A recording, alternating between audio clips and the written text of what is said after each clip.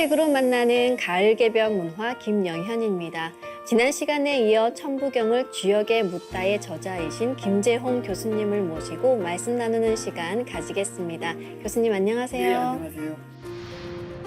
이번 시간에는 중경과 하경을 공부할 텐데 채식용구라는 용어가 있습니다. 10을 권은, 하늘을 권원으로 해가지고 구로 작용하는 것이 하늘의 작용이라고 합니다. 천지인의 원리가 동서남북 사방에 운행이 된다는 뜻이 운삼사가 아닌가. 고려시대 때나 조선시대 때 동전을 다들 보신 적 있지 않습니까?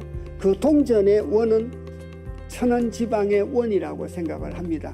천부경 81자의 정중앙에 6이 있잖아요. 네. 거기에 중요한 의미가 있다고도 하셨는데 주역에서 그 6이라고 하는 것은 공간적인 작용이었습니다. 이 6이 매개해서 우주의 변화가 선천에서 후천으로 전환된다고 볼 수 있겠네요. 사람의 마음이라고 하는 것은 하늘에 있다는 거죠.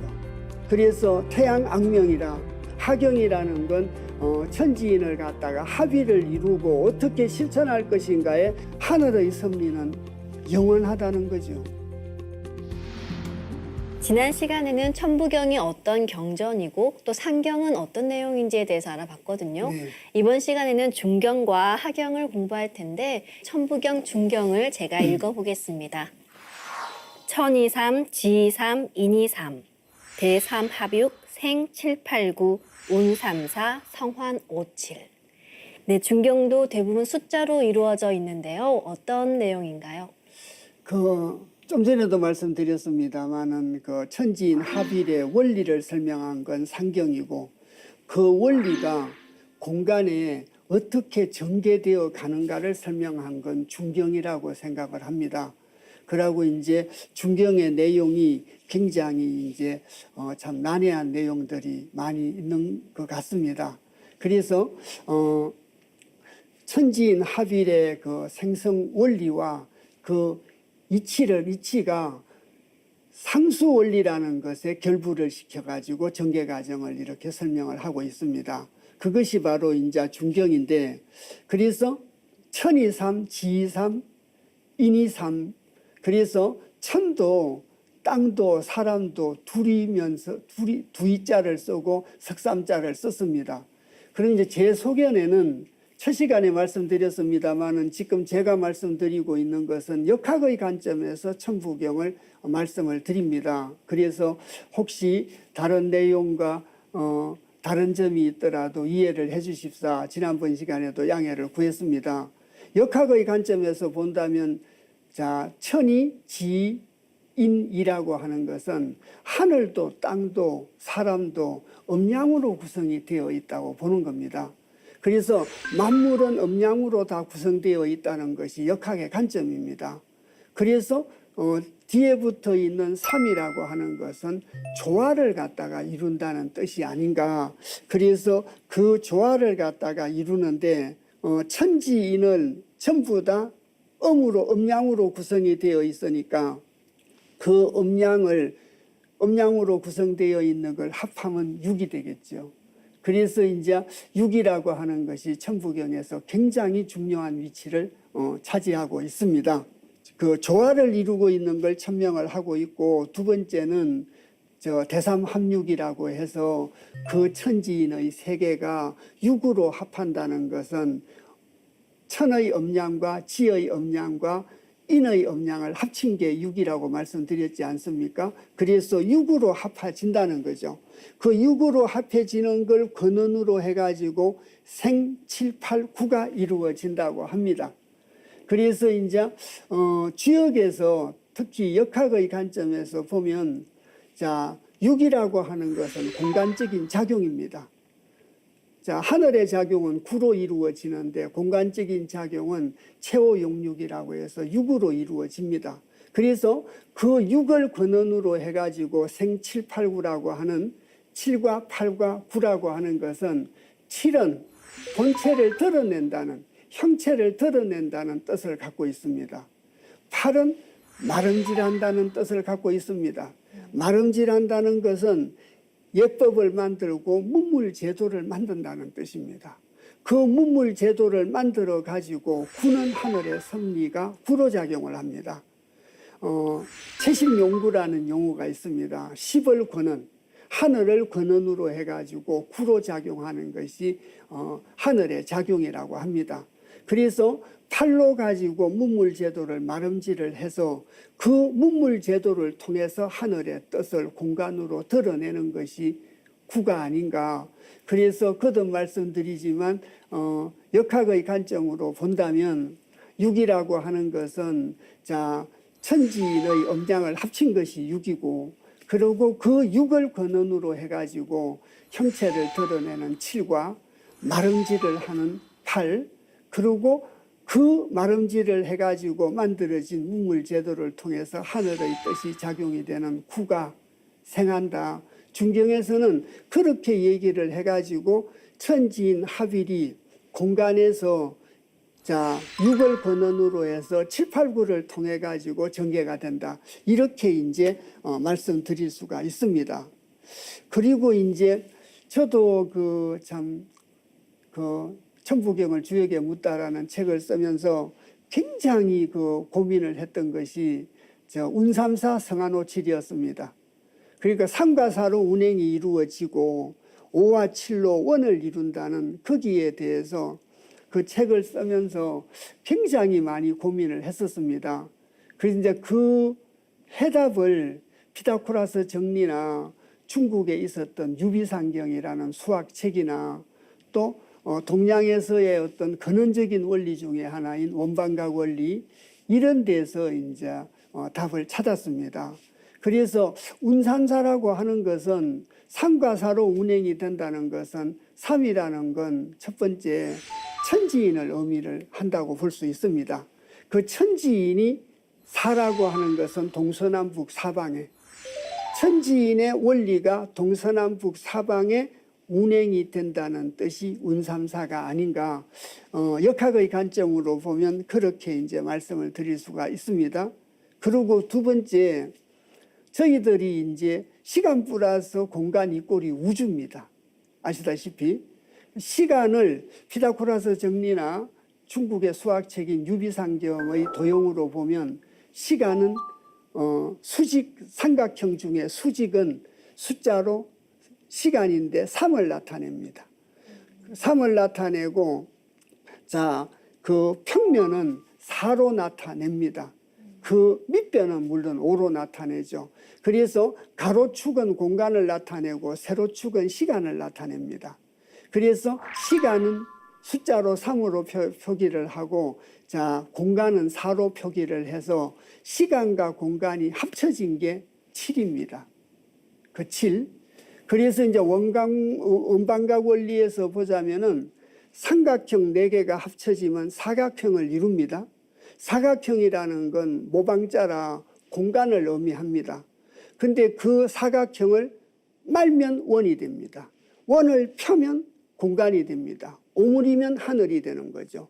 그래서 하늘의 뜻이 공간으로 드러나는 걸 얘기하고 있는 거 아닌가. 그래서 비근한 예로 들자면 저희들이 고려시대 때나 조선시대 때 동전을 다들 보신 적 있지 않습니까? 그 동전의 원은 천원지방의 원이라고 생각을 합니다. 그리고 가운데 있는 네모난 구멍이 있었습니다. 그 네모난 구멍은 새끼줄로 끼어서 동전을 연결하라고 있는 것이 아니라 모방은 공간을 의미하는 거죠. 땅을 의미하는 겁니다. 하늘의 뜻이 공간으로 드러나는 걸 의미하고 하늘의 뜻을 공간에서 실천하는 사람은 사람입니다. 돈을 들고 다니면서 쓰는 사람이 사람이지 않습니까? 그래서 저는 제 소견에 동전 안에 천지인의 이치가 들어있고 천지인의 원리가 내포되어 있다고 보고, 또 그 동전 안에 천원지방이라 원은 하늘이고 네모는 땅이고 각은 삼각형은 사람을 의미합니다. 유학에서 삼각형은 사람은 하늘을 보고 바라보고 있기 때문에 삼각형은 사람을 의미합니다. 그래서 천지인의 이치가 그래서 들었다는 거죠. 이래서 원방각 원리로 가지고도 논거를 제시할 수 있지 않는가. 만이산에 참성당과 경주의 저 첨성대에서도 찾아볼 수가 있습니다. 그래서 아래는 원으로 되어 있고 위가 사각으로 되어 있어서 원방각 원리를 갖다가 나타내고 있습니다. 천원 지방 사상이 중국에서 유래했다고 알고 있지만 실제로는 우리의 원방각 사상에서 유래한 거네요. 네. 그래서 오물이면 말면 원이 되고 펴면 사각형이 되는데 사각형 안에 삼각형이 4개 들어있고 시간과 공간을 나타내는 상과 사를 합치면 사각형의 모서리마다 숫자로 7이 생성이 되지 않습니까? 상과 사를 합치면 7이 되죠. 그 7, 4개를 합친 것이 28입니다. 그래서 동양에서는 하늘에 있는 별자리가 28수로 구성이 되어 있다고 합니다. 28수로. 그래서 하늘의 문체가 인간의 문체가 되고 하늘의 법칙이 인간의 법칙이 되는 그 원방각 원리를 설명하고 있는 것이 바로 성안오칠이 아닌가. 그래서 이제 아까도 말씀드렸지만 굉장히 많이 고민을 했는데 운삼사 성안오칠이 천부경 중경의 어떤 핵심적인 사항 아닌가. 그래서 천부경 중경이라고 하는 것은 자, 누누이 말씀드렸지만 상경은 천지인 합일의 원리를 설명하고 있는 거고 중경은 그 원리가 공간에 어떻게 전개되어 가는가를 설명하고 있기 때문에 그래서 수로서 전개되는 것도 설명을 하고 있고 그래서 저 생칠팔구로 자 6을 근원으로 해서 생칠팔구로 전개가 되고 있다. 이렇게 설명할 수도 있고 또 두 번째는 원방각 원리로 성안오칠이 원방각 원리로 봐서 그래서 둥근 원이 공간으로 펼쳐져서 하늘의 뜻이 공간으로 드러나는데 그걸 공간에서 실천하고 드러내고 이상적 세계를 이룰 수 있는 주체는 사람이죠. 그래서 중경 내용이 저 천지인의 원리를 어떻게 전개되어 가고 있는가를 설명한 것이 중경이라고 생각을 합니다. 주역에 대한 이해가 있으면 천부경을 더 잘 알 수 있겠다는 생각이 듭니다. 중경에 대해서 몇 가지 더 여쭤볼게요. 네. 천부경 81자의 정중앙에 6이 있잖아요. 네. 거기에 중요한 의미가 있다고도 하셨는데 어떤 내용일까요? 그 천부경 81자 중에 제일 가운데 있는 자가 그 6이지 않습니까? 6 앞에 있는 글자의 개수가 40개고 6 이후에 있는 글자가 바로 40개라 81자가 됐습니다. 그 40이라고 하는 것은 이런 의미도 갖고 있습니다.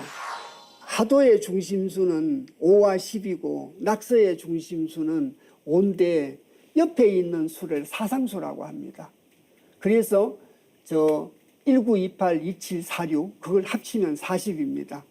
그래서 이제 역학의 관점으로 본다면 6 앞에 사상수 40이 있고 6 뒤에 사상수 40이 있다.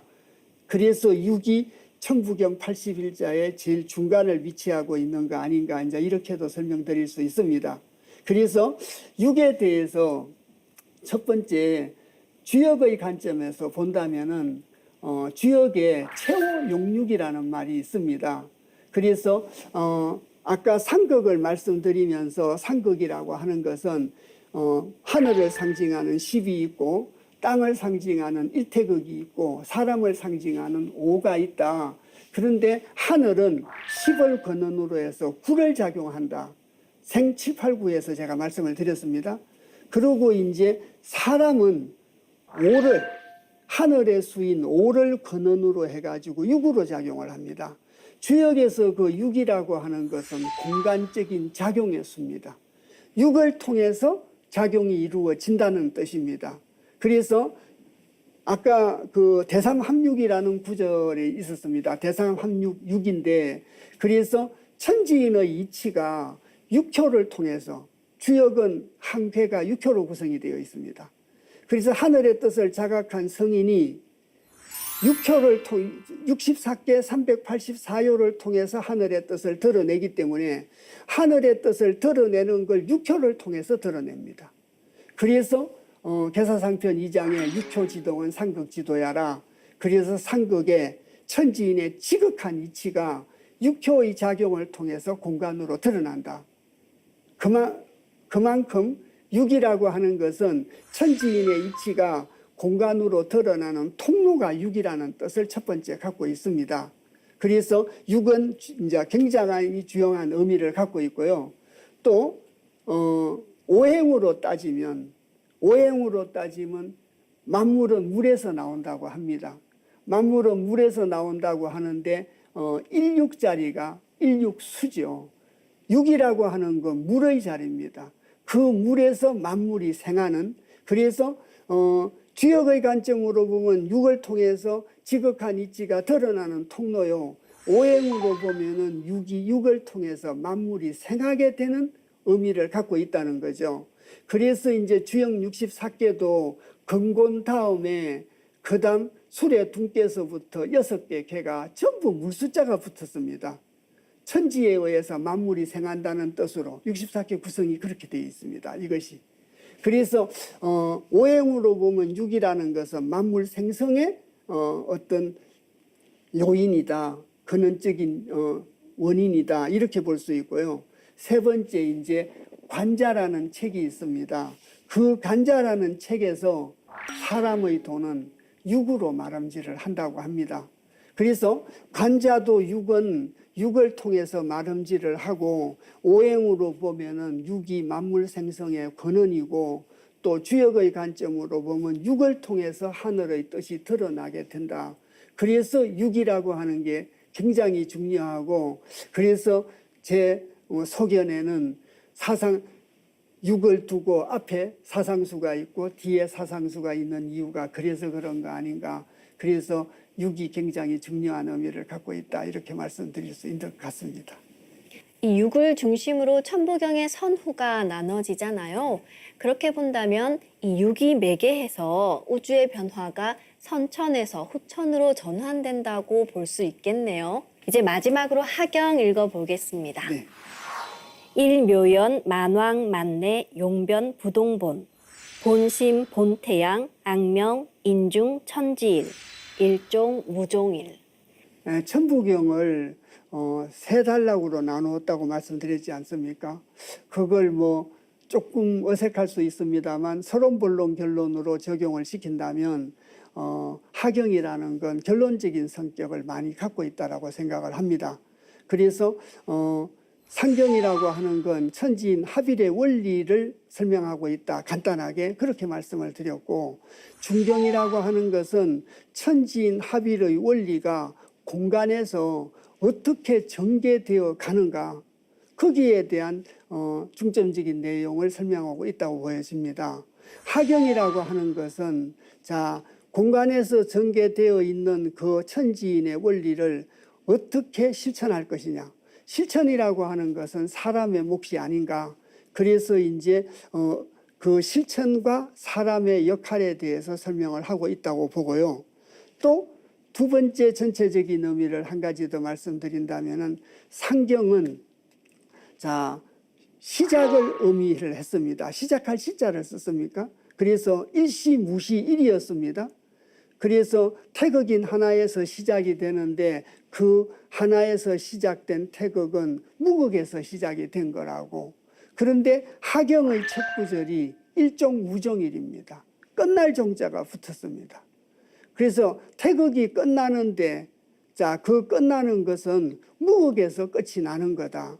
그래서 역학의 관점으로 본다면 제가 전체적인 걸 말씀드리면서 원시 반정의 원리에 입각한 종시 원리를 설명하고 있다. 이렇게 이제 조금 역학적인 용어로 말씀을 드렸는데, 원시 반정이라고 하는 건 근원원자 시작할 시자라 시작을 근원으로 해가지고 되돌릴 반자 끝날 종자라 끝을 되돌린다. 그래서 이제 하나가 만물을 생하지만 그 만물이라고 하는 것은 무극에 속해져 있는 무극 속에서 시작하고, 무극의 원리를 근원으로 해서 시작을 하고 무극의 원리를 근원으로 해서 끝을 낸다. 이렇게 전체적인 걸 말씀드릴 수 있을 것 같습니다. 물론 첫 구절의 얘기하고도 밀접한 이제 관련을 갖고 있습니다. 그래서 하경을 갖다가 상경과 비교해서 말씀을 드렸고, 자, 그 다음 하경의 내용을 구체적으로 말씀드리면 일묘연입니다. 그래서 자, 묘할 모자에다가 넘칠 현자, 뿔을 연자입니다. 그래서 하나가 크게 불어난다는 얘기죠. 하나가 크게 불어나가지고 변화를 갖다가 이룬다. 저희들이 태극이 셋으로 나누어진다는 얘기도 있었고, 하나가 세 개로 나누어지는 삼태극의 원리도 이렇게 이제 말씀을 드렸지 않습니까? 그래서 그렇게 나누어져도 자, 그 다음에는 변함이 없다는 겁니다. 그 근본에는 변함이 없다는 얘기죠. 근원은 움직이지 않고 변하지 않는다는 뜻입니다. 자, 그리고 이제 두 번째, 자, 사람의 마음이라고 하는 것은 하늘에 있다는 거죠. 그래서 태양 악명이라 우르를 본자 밝을 명자입니다. 그래서 사람의 본 마음이라고 하는 것은 하늘에 있고 하늘에서 높이 빛나게 된다. 그 얘기는 자, 거듭거듭 말씀드리지만 자, 천지인의 원리를 설명한 게 바로 자, 상경이고 전개 과정을 설명한 것이 중경이고 하경이라는 건 천지인을 갖다가 합의를 이루고 어떻게 실천할 것인가에 결론적인 성격을 가진 것이 하경이다. 이렇게 말씀을 드렸습니다. 그래서 실천적인 의미를 갖고 있기 때문에 이래서 그것을 실천하게 되면 높이 빛나게 된다는 거죠. 자, 하늘의 법칙을 인간의 법칙으로 삼아서 아름다운 세상을 갖다가 이룰 수 있게 된다는 뜻입니다. 그래서 자, 끝구절에 그 끝구절에서는 그 섭리를 갖다가 천지와 더불어서 자, 인중 천지 일이죠. 사람이 가운데 중자지 않습니까? 사람이 가운데서 중간에서 또 중이라고 하는 것은 중도를 의미하기도 합니다. 하늘의 뜻을 의미하기도 합니다.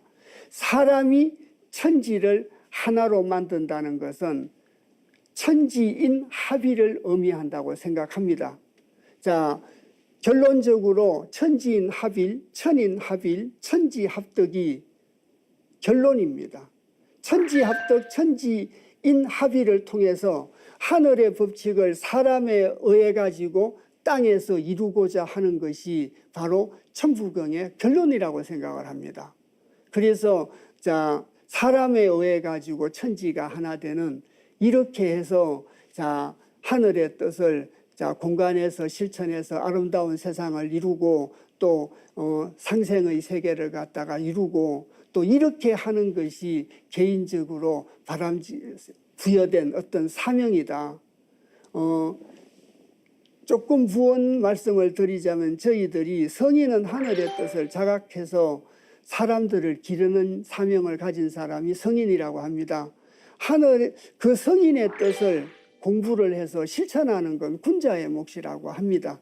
그래서 거듭 말씀드리지만 하격의 내용이 바로 천지인 합의를 이루는 것이 사람의 사명이다. 이렇게 얘기를 하고 있습니다. 네, 사람의 존재 목적이 천지의 뜻을 깨닫고 실현하는 것에 있다는 것은 동서양 모든 종교와 철학에 공통된 주제인데요. 하경은 일종 무종일, 하나는 천지 만물을 끝맺는 근본이나 무로 마치는 하나이니라로 끝맺고 있는데요. 천부경의 시작인 일시무시일과 짝이 되는 구절이네요. 네, 그렇죠. 그래서 이제 일시무시일이 시작이라면 일종무종일이 끝이라 그래서 몇 차례 언급이 됐습니다만 주역에서 말하는 종시원리 그 시작과 끝 그런데 끝은 끝이 아니라 다시 시작을 하게 되는 겁니다. 그래서 종시원리라고 하는 것은 끝나면 끝나는 것이 아니라 시작을 의미를 합니다. 시작을 의미하기 때문에 주역의 나선형 시간관, 시간의 영원성 그래서 사계절이 끝이 나면 끝이 나는 것이 아니라 또 다른 봄으로 시작이 되고 또 사계절이 끝나게 되면 또 다른 봄으로 시작이 되는 그런 원리를 종시원리라고 합니다. 그래서 시간의 영원성을 말하고 하늘의 섭리는 사계절의 변화로 드러난다고 합니다. 자, 일반적인 종교는 하늘의 뜻이고 경전의 말씀에 이렇게 되어 있으니까 무조건 따르라, 이런 선언적인 명제로서 얘기를 하고 있는데, 역학이라고 하는 것은 학문이기 때문에 왜 따라야 되는가, 무조건 순종해야 되는가를 갖다가 설명을 구체적으로 해야 되지 않습니까? 그래서 하늘이 섭리하고 있다는 것을 어떻게 알 수 있느냐? 주야의 변화, 음양의 변화죠. 사계절의 변화로 드러난다. 그래서 이제 논어에서도 공자가 제자들에게 오늘부터 나는 말을 하지 않으려고 한다. 그래서 천부경에서 말하는 시작과 끝 종시원리라고 하는 것은 그러한 하늘의 섭리의 영원성을 얘기하고 있다고 생각을 합니다. 그래서 더 간단히는 하늘의 섭리는 영원하다는 거죠. 하늘의 섭리는 잠시도 쉬지 않고 영원하기 때문에 그것을 믿고 의지하고 따라야 되는 것이 사람의 역할이다, 이런 뜻을 가진 게 아닌가 싶습니다. 네, 이렇게 해서 천부경의 전체 내용을 살펴봤는데요. 동양 사상이나 천부경에 대해서 처음 들으시는 분들은 조금 어려우실 수 있습니다.